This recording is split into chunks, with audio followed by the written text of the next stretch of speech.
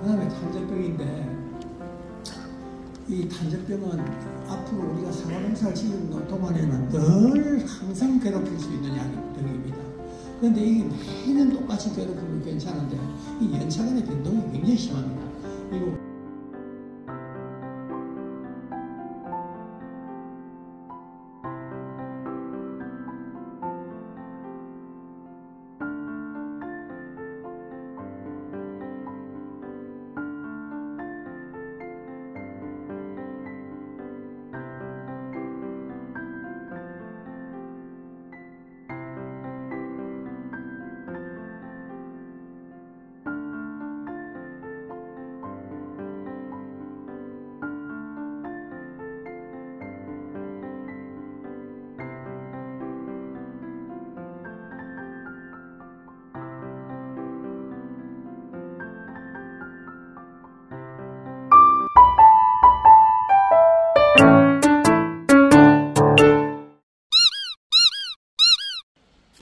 오늘은 엄재열 교수의 탄저병 관련 이야기를 한번 해보려고 합니다.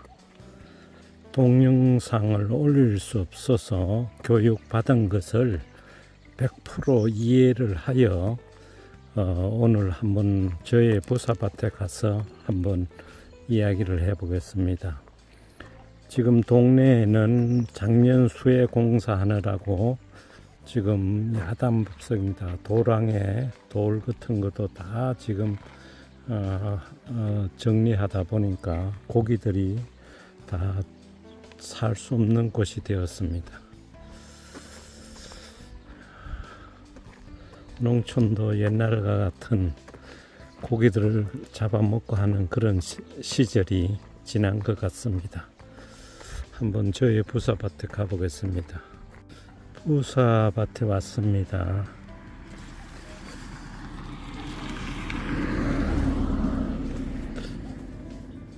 올해 착과 상태는 이 밭의 경우는 작년보다는 좀 좋은 것 같습니다. 착과 상태가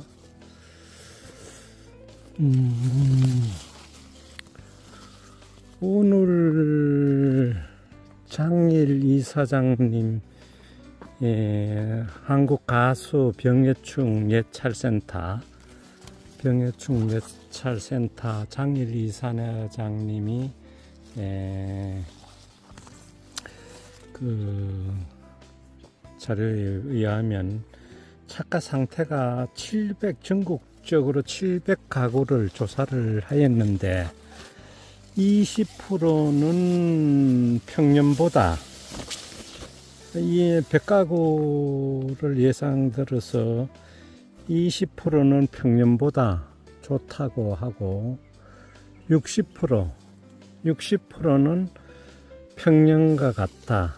그러면 총 80%는 착과 상태가 평년과 같거나 좋다고 생각을 하고 20%만 평년과 나쁘다고 그렇게 이야기합니다. 저도 이 밭 같은 경우는 착과 상태가 지금 상당히 괜찮아 가지고 많이 따냈습니다. 이거는 저가가 안 됐네요. 지금 이런 자꾸 사과가 커지니까 이런 게 보입니다. 저가 아닌 게 자꾸 나타납니다. 매일 밭에 와도 또 나타납니다. 이런 게 계속 나타납니다. 저가 안 된 게 나타납니다. 전체적으로 작년보다는 이 밭은 많이 달린 것 같습니다. 이 밭은 제가 항상 이야기하는 가다 전정을 하지 않은 밭입니다. 장가지를 많이 내두니까 결국은 이런 데 보면 열매가 지금 많이 달려 있습니다. 이런 거는 상금 봐가지고 또 따줘야 되지만 상당히 이런 데도 지금 이런 데 저가를 해야 됩니다. 이런 것들 자꾸 오니까 보이네요. 또 오늘은 엄재열 교수 지난번에 강의를 했는데 동영상을 올렸다가 동영상을 내려라 해가지고 그만 내렸습니다. 뭐 교수님의 저작권 그런 문제도 있고 이래 해가지고 내렸습니다. 그 내용을 제가 오늘 거의 100% 이해를 하고 여러분에게 이야기를 해드리려고 합니다. 엄재열 교수가 이제 첫 번째로 이제 서두에 이야기하는 거는 탄저병은 연차간 차이가 크다는 겁니다. 예를 들어서 작년 같은 거는 심하고 또 지난 10년간을 봐도 어떤 해는 탄저병이 안 생기고 어떤 해는 심하다는 겁니다. 그리고 두 번째로는 우리가 탄저 대량 발생을 생각하고 항상 염두에 두고 방제 작업을 해야 된다는 겁니다. 그게 이제 두 번째고, 세 번째는 탄저약은 탄저병 농약은 저항성이 있기 때문에 1년에 단제는 1회 치고 합제는 2회를 치라는 겁니다. 저항성이라는 것은 약을 쳐도 효과가 안 듣는다는 이야기입니다. 그러니까 우리는 탄저병 약을 치고 약 쳤다 하지만 효과가 없는 여러 번 치만, 단제 같은 경우는 여러 번 치만 효과가 없기 때문에 우리가 약 쳤다 자랑하지만 탄저 약을 안 친 결과가 되는 겁니다. 그러니까 그 점에 유의를 해야 됩니다. 우리가 농약에 대해서 치료 성분이 있는 탄저약에 대해서는 가장 크게 나누는 게 QOI, 그 다음에 EBI, 그렇게 나눕니다. QOI 나누는 농약은 단제르, 헤비치, 프린트, 카버리오 A, 아미스타, 선두주자, 만데스 등이 있습니다.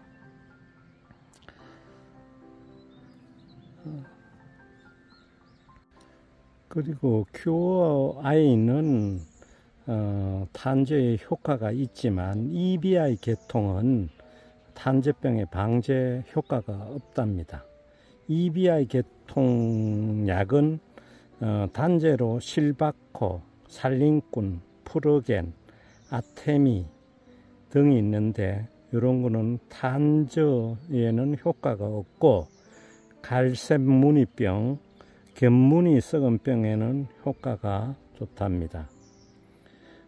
그러니까 우리가 탄저병에 쓰는 약재로는 QOI를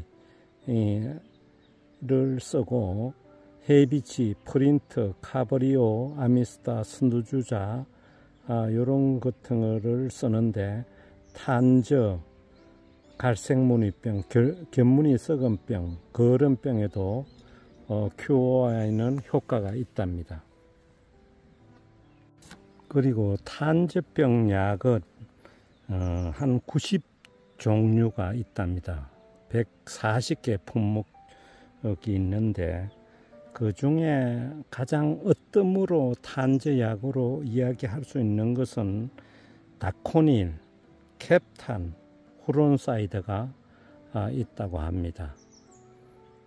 그리고 8월 달에 보통 치는 머판도 고농도 캡탄으로서 효과가 좋다고 합니다.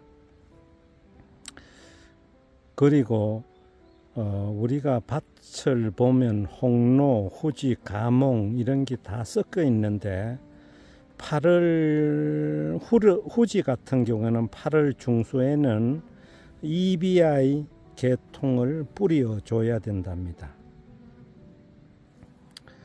그런데 후지에는 효과가 있지만 홍로에는 소용이 없다고 합니다. EBI 개통, 그 다음에 QOI 개통은 약제를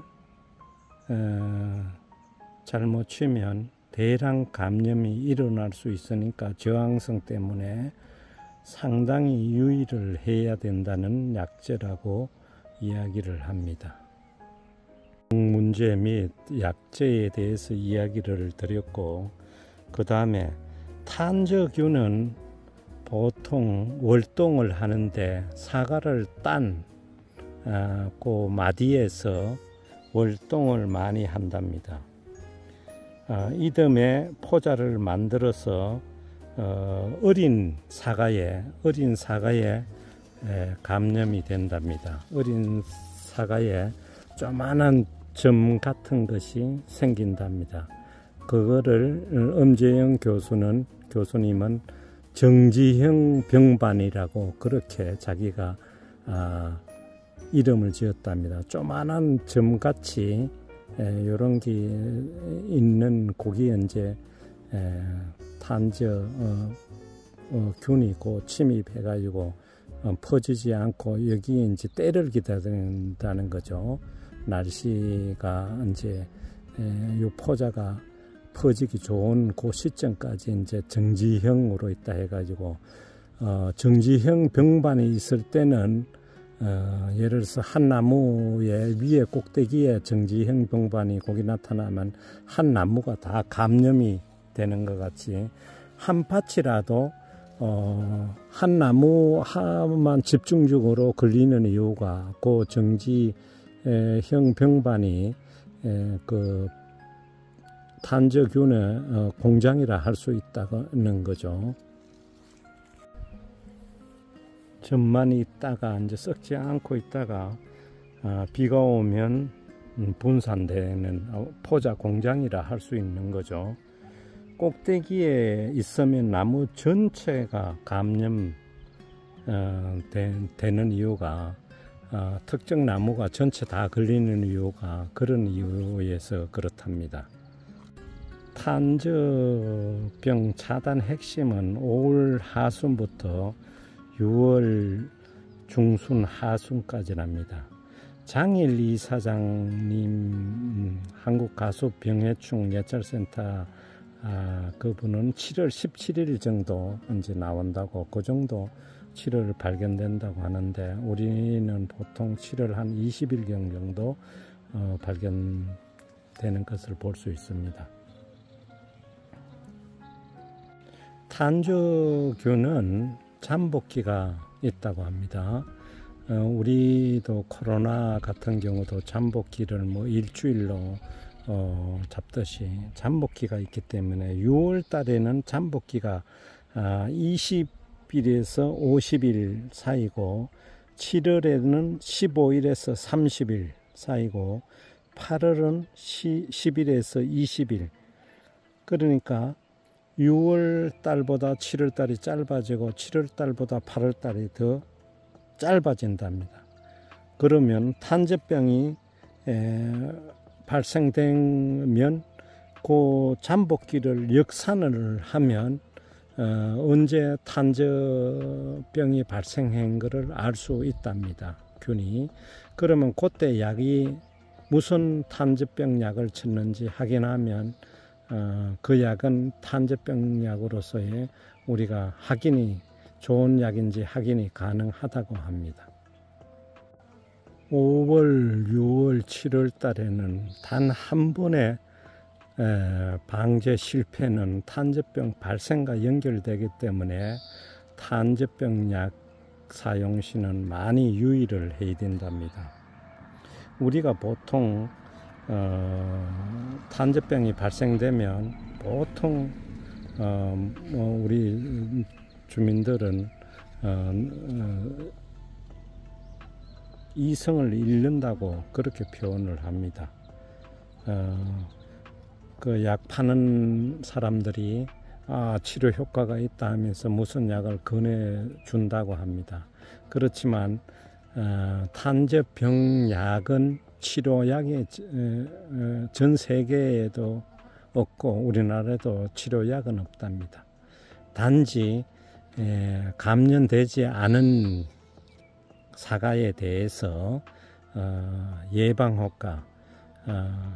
효과만 있는 거지, 걸린 거에 대해서는 먼저 빨리 발견한 따가지고 멀리 버리는, 땅으로 묻는다든지 그 방법이 없다고 합니다.